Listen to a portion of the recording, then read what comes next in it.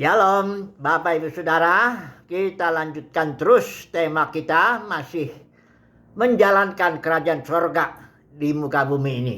Kali ini kita akan berbicara tentang kemah Daud. Ya, kita tahu waktu itu tabut itu dicuri oleh orang Filistin dan setelah itu dikembalikan kepada Israel karena Yahweh menghajar orang Filistin ya. Kemudian ketika Daud menjadi raja, dibawalah itu kemah itu ke tempat yang namanya kota Daud. Itu Bukit Sion, itu adanya di kota Yerusalem.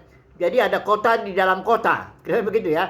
Ya, ada bukit ditaruh di situ, dibikin kemah oleh Daud di situ ya.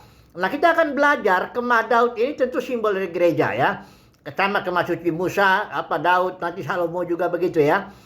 Dan Yesus yang akan menggenapinya, karena Yesus itu bilang, "Rubuhkan bait ini, aku akan mendirikan." Ya, dalam 3 hari, yaitu dengan cara mati, bangkit di sebelah kanan Bapa, turun Roh Kudus. Itu dia lihat orang gereja itu ya. Oke. Nah, sekarang kita melihat bahwa kemah Daud ada 2 aspek ya dalam kemah Daud itu ya. Ada sekumpulan ayat yang berbicara tentang kemah Daud itu dalam aspek kerajaan. Ada lagi sekumpulan ayat yang berbicara tentang aspek penyembahan atau keimaman ya, karena nanti Daud selalu menambahkan musik ke situ ya. Oke lah, kita baca satu ayat aja ya, tidak usah banyak-banyak ya. Kita baca dulu Yesaya 16 ayat 5 untuk melihat bahwa kemah Daud itu ada aspek yang bersifat tinggi atau kerajaan ya. Mari kita baca dulu ya, Yesaya 16 ayat yang kelima. Maka suatu tahta, perhatikan itu, tahta itu berarti kerajaan kan? Maka suatu tahta akan ditegakkan dalam kasih setia, dan di atasnya dalam kemah Daud. Ya, jadi ada satu tahta di situ. Jadi kita itu dalam kemah Daud berbicara aspek kerajaan di situ. Akan duduk senantiasa seorang hakim, ya tentu ini menunjuk kepada Mesias itu, Yesus ya, sebagai hakim ya, yang menegakkan keadilan dan yang segera melakukan kebenaran. Nah, kita melihat itu satu ayat aja ya, ada banyak nanti ayat-ayatnya itu. Nah, kemudian satu aspek lagi yaitu keimaman.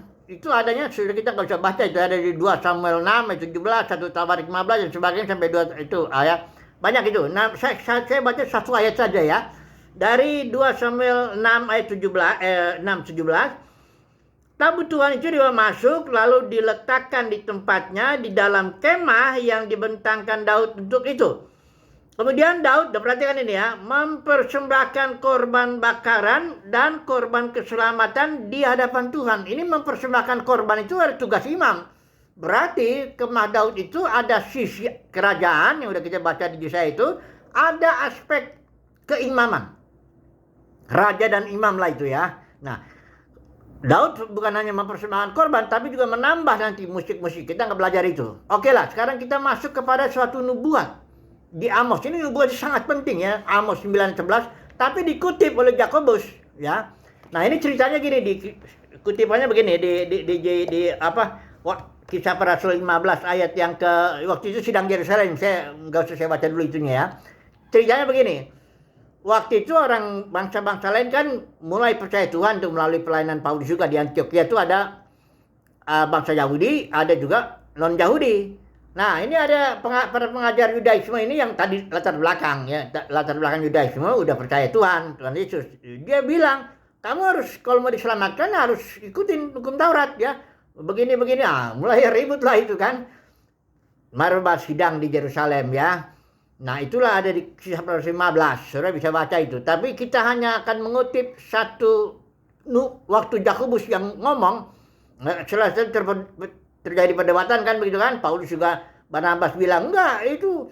Karena apalagi Paulus itu mendapat pewahyuan tentang misteri Elohim, yaitu Kristus, yaitu campuran masuknya bangsa Yahudi dan Yahudi, di mana hukum Taurat sudah rubuh ya. Tembok pemisah itu dirubuhkan. Nah, kemudian Yakobus inilah yang mengambil kesimpulan itu. Nah, ketika Yakobus ngomong mengambil kesimpulan, dia mengutip Amos 9 ayat 11 itu. Nah, mari saya baca dulu. Saya pakai ILT aja lah ya, supaya lebih jelas ya, saya baca ini ya. Kutipan Yakobus terhadap nubuat Amos 9 ayat 11 itu, yaitu pondok Daud akan dibangun. Oke, saya baca ya. Ayat 16, sesudah hal-hal ini, ayat 15 saja ya. Dan perkataan para nabi sesuai dengan hal ini sebagaimana telah tertulis. Nah, kemudian dia kutip itu, Amos itu. Sesudah hal ini aku akan kembali dan aku akan membangun lagi tabernakel Daud. Itu kemah Daud sama ya. Yang telah roboh. Dan aku akan membangun lagi apa yang diruntuhkan dan aku akan menegakkannya. Supaya tujuannya apa membangun kemah Daud itu ayat 17. Supaya mereka yang tersisa dari umat manusia, bahkan segala bangsa pada siapa namaku telah disebut atasnya, dapat mencari Yahweh. Berfirman Yahweh yang melakukan semua ini. Jadi gini, di Amos jelas dikatakan situ bahwa kemah Daud yang udah roboh itu ya hancur ya kan. Sekarang juga nggak ada lagi bait sucinya itu. Itu akan dibangun lagi. Pertanyaannya siapa yang menggenapi itu? Tentu Yesus Kristus. Karena kemah Daud itu kan simbol dari gereja. Yesus bilang ini rubuhkan ini bait suci yang jasmani ini rubuh.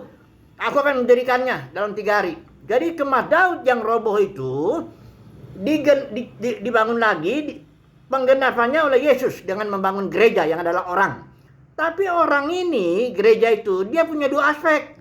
Aspek kerajaan, raja-raja, dan aspek keimaman. Nah, itu sebabnya setiap orang Kristen lahir baru, itu adalah raja-raja dan imam-imam. Tapi harus menurut aturan Melkisedek. Karena Yesus kan bukan imam menurut aturan Harun. Menurut aturan Melkisedek. Oke. Nah, apa tujuannya Tuhan membangun kemah Daud lagi tuh? Tujuannya di ayat 17 itu. Supaya mereka yang tersisa dari umat manusia, bahkan segala bangsa, ini pas istilah Yunani pas itu semua, nggak ada tersisa. Ya, istilahnya semua orang. Kalau kita genapi di Yohanes 12 ayat 32, Yesus bilang apabila aku ditinggikan itu artinya mati, bangkit, naik surga, turun Roh Kudus. Apabila aku ditinggikan, kata Tuhan Yesus, aku akan tarik semua orang. Pas istilah Yunani itu, semua, nggak ada yang tersisa. Ya, jadi semua orang akan ditarik oleh Yesus. Setiap lutut akan bertelut, lidah akan mengaku Yesus adalah Tuhan. Ya, nah perhatikan ya sekarang gini, dengan apa alatnya Yesus menarik semua orang itu? Karena di Kisah Para Rasul 3:21 dikatakan Yesus harus diam di sorga sampai pemulihan segala sesuatu. Artinya sampai semua manusia datang kepada Tuhan Yesus ya.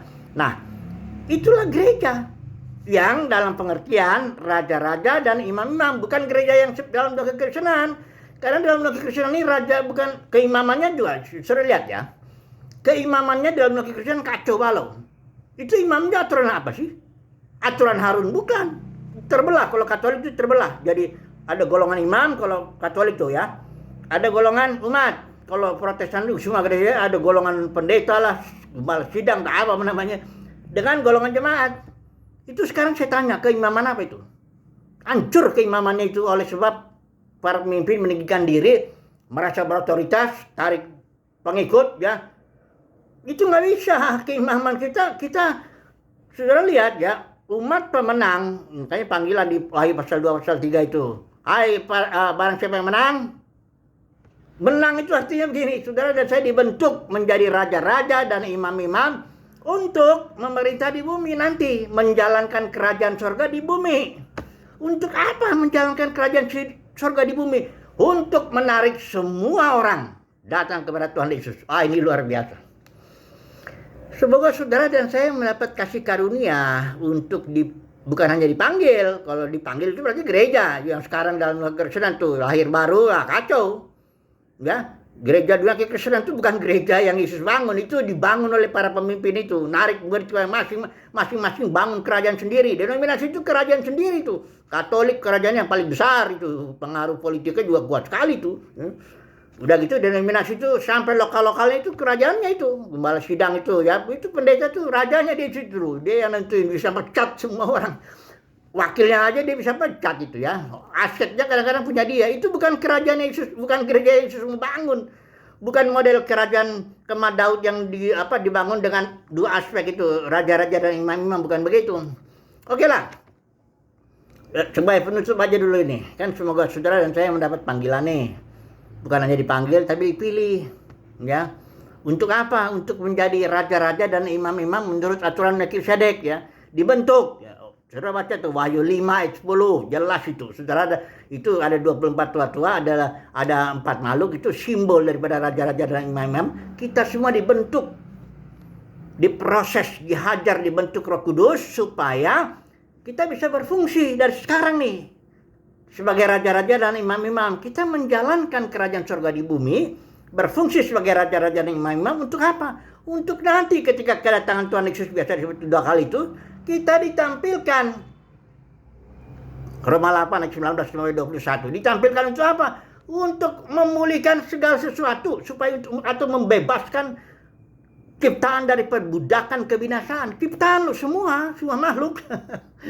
Wah, itu luar biasa sekali ya. Semoga lah. Jadi saya kadang-kadang menutup ini, renungan ini ya, nggak mungkin dipahami lah sama gembala-gembala sidang, pendeta-pendeta yang udah membangun kerajaan sendiri, nggak bisa dipahami. Hanya bisa dipahami oleh orang-orang yang mendapat kasih karunia untuk menjadi raja, dibentuk ya, menjadi raja-raja dan imam-imam aturan Melkisedek, agar pada kedatangan Tuhan Yesus nanti, biasa sebut 2 kali itu, kita ditampilkan sebagai raja-raja dan imam-imam untuk memulihkan segala sesuatu, membebaskan ciptaan dari perbudakan kebinasaan. Semoga ya, saudara saya dipanggil ini. Haleluya. Amin.